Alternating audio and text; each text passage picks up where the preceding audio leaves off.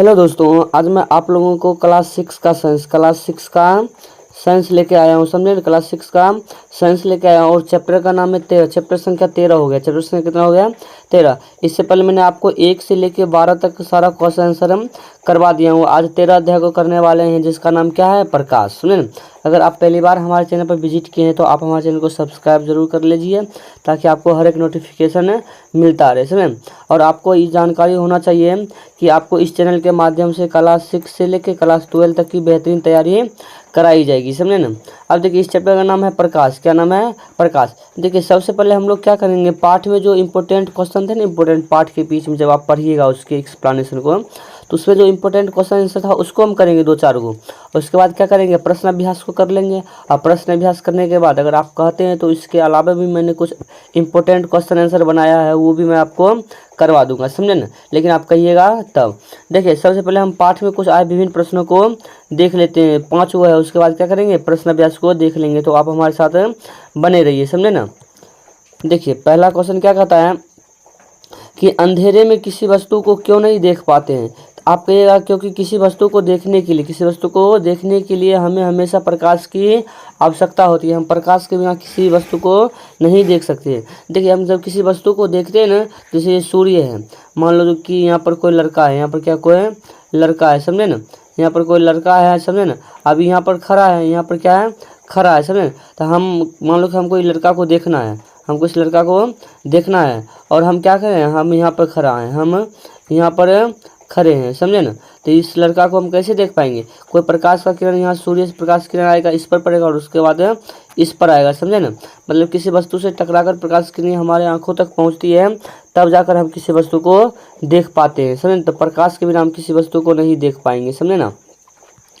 अब अगला कहता है कि क्या होता है जब प्रकाश की व्यवस्था कर ली जाती है? तो देखिए, प्रकाश की व्यवस्था कर लीजिएगा तो कोई भी वस्तु क्या होगा, आपको दिखाई देने लगेगा, क्योंकि किसी वस्तु को देखने के लिए हमें किसकी आवश्यकता होती है? प्रकाश की आवश्यकता होती है। अब कहता है कि प्रकाश स्रोत के सामने यदि कुछ किताब या लकड़ी की वस्तुएं रखें तो क्या होता है? तो आप कहिएगा, किताब या लकड़ी की वस्तुएं अपारदर्शी होती है, जिनसे होकर प्रकाश की किरणें बाहर नहीं निकलती है। अतः प्रकाश स्रोत के सामने इन्हें रख देने से प्रकाश स्रोत के पीछे इनकी छाया बनती है। अब छाया कब बनती है? जब मान लीजिए कि प्रकाश आपके आर पार ना होगा।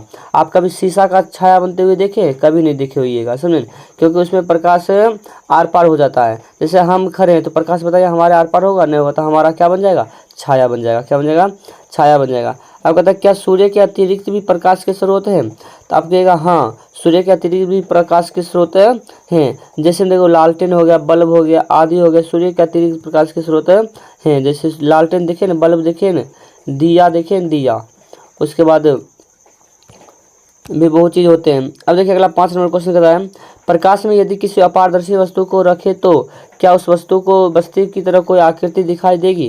तो आप कहेगा हाँ, प्रकाश में यदि किसी अपारदर्शी किससे कहते हैं, ये सब हम आपको अभी बढ़ाएंगे। जिससे प्रकाश की किरणें आर पार नहीं करते उसे अपारदर्शी कहते हैं। हम उदाहरण के साथ अभी समझाएंगे, समझे। ये सब हम बनाए लास्ट में। कहे अपारदर्शी वस्तु को रखे तो उस वस्तु की तरह की आकृति दिखाई देती है। इस आकृति को क्या कहते हैं? छाया। मतलब मान लो कि आप कहीं चले गए तो आपसे प्रकाश की किरणें आर पार नहीं होगी, तो आपकी क्या बन जाएगी? छाया। एक तरह से आप अपारदर्शी वस्तु हैं। अब देखिए प्रश्न अभ्यास। अब क्या देखेंगे? प्रश्न अभ्यास देखेंगे। कहता किसी भी वस्तु को देखने के लिए आवश्यक होता है। देखिए, किसी भी वस्तु को देखने के लिए क्या आवश्यक होगा? प्रकाश। प्रकाश के बिना हम कभी भी क्या कर सकते हैं? किसी वस्तु को नहीं देख सकते हैं। अब कहता है प्रकाश गमन करता है, तो आपको याद रखना से प्रकाश एक सीधी रेखा में गमन करता है। प्रकाश एक सीधी रेखा में गमन करता है। अब देखिए, अब कहता है कि प्रकाश स्रोत से पहला दर्पण पर पड़ने वाली किरण क्या कहलाती है? सुनिए, जो प्रकाश की किरणें आती है इसको कहते हैं आपतित किरणें, जो जाती है उसको क्या कहते हैं? परावर्तित किरणें। तो जो प्रकाश की स्रोत पहली किरणें आती है उसे क्या कहते हैं? आपतित किरणें। क्या कहते हैं बाबू रे? आपतित किरणें कहते हैं, समझे ना। अब अगला देखिए, कहता है कि जब किसी अपारदर्शी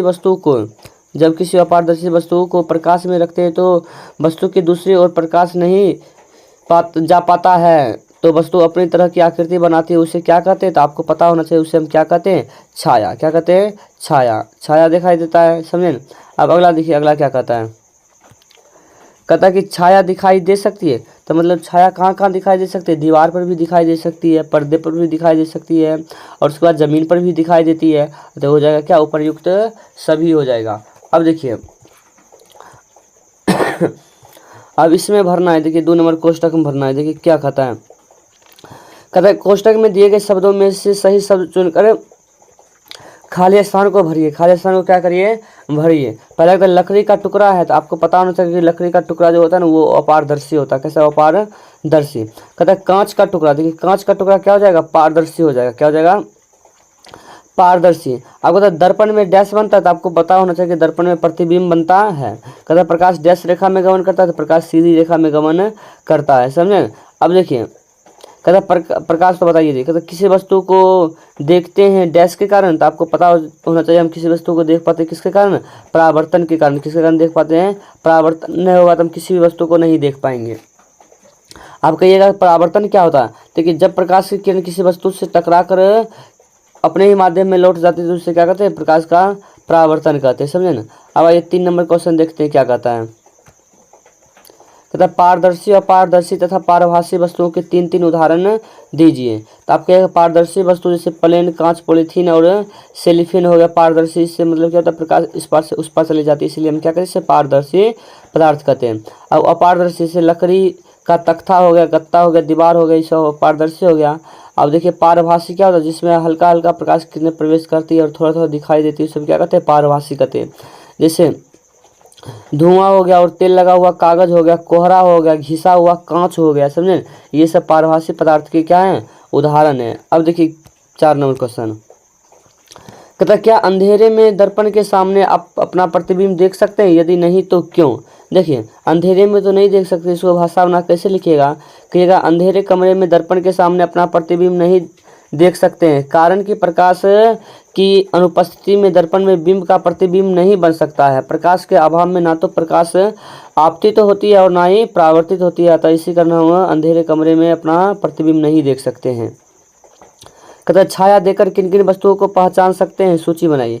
देखिए कहिएगा निम्नलिखित, छाया देकर हम निम्नलिखित वस्तुओं को पहचान सकते हैं। जैसे देखिए वृक्ष की छाया से पहचान सकते हैं कि वृक्ष है, घर, अलमारी, मेज, कुर्सी, आदमी, कुत्ता, बिल्ली इत्यादि बहुत सारी चीज़ें हो सकते हैं जिसको आप छाया देख के क्या कर सकते हैं। देखिए 6 नंबर का था कि कैसे बताएंगे कि प्रकाश किसी सीधी रेखा में चलती है, अपने साथियों के बीच प्रयोग करके दिखाइए। तो आप इसके उत्तर में देखिए क्या कहिएगा। देखिए हम आपको समझा देते हैं, आप लिखिएगा।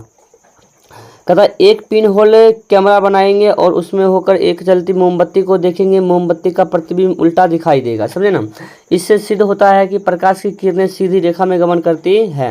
अथवा देखिए और दूसरा उपाय देखिए, एक आयताकार गत्ता लेंगे, उसके बीच में एक छोटा छिद्र बना देंगे, कुछ दूरी पर एक मोमबत्ती जला देंगे, कुछ दूरी से गत्ते के छिद्र होकर मोमबत्ती के लौ को देखेंगे। यदि छिद्र ठीक सीध में रहेगा तो लौ दिखेगा, थोड़ा भी इधर उधर होगा तो लौ नहीं दिखेगा। इससे निष्कर्ष निकलता है कि प्रकाश की किरणें सीधी रेखा में गमन करती है। उसके अलावा और देखिए, दिन के प्रकाश में किसी कमरे में बंद हो जाइए, कमरा अंधेरा हो जाएगा। यदि छप्पर के किसी छिद्र से प्रकाश आ रहा है तो आप देखेंगे वो बिल्कुल सीधी रेखा में जमीन से टकरा रहा है। इससे भी सिद्ध होता है कि प्रकाश की किरणें जो होती है ना वो सीधी रेखा में गमन करती है। अब देखिए कुछ इंपॉर्टेंट क्वेश्चन आंसर देख लीजिए जो हमने आपके लिए बनाया है। समझे ना। कहता है पारदर्शिता और अपारदर्शी में अंतर बताइए। कहीं अगर पारदर्शी वस्तु से हमें आर पार देख सकते हैं जबकि अपारदर्शी वस्तु को आर पार नहीं देख सकते हैं। पारदर्शी वस्तु की छाया नहीं बनती है किंतु अपारदर्शी वस्तु की छाया बनती है। अब कहता है छाया क्या है, क्या किसी प्रकाशमान वस्तु के पास किसी अपारदर्शी वस्तु को रखने पर उस वस्तु की जैसी एक आकृति बन जाती है, जिस आकृति को क्या कहते हैं, छाया कहते हैं। समझे ना।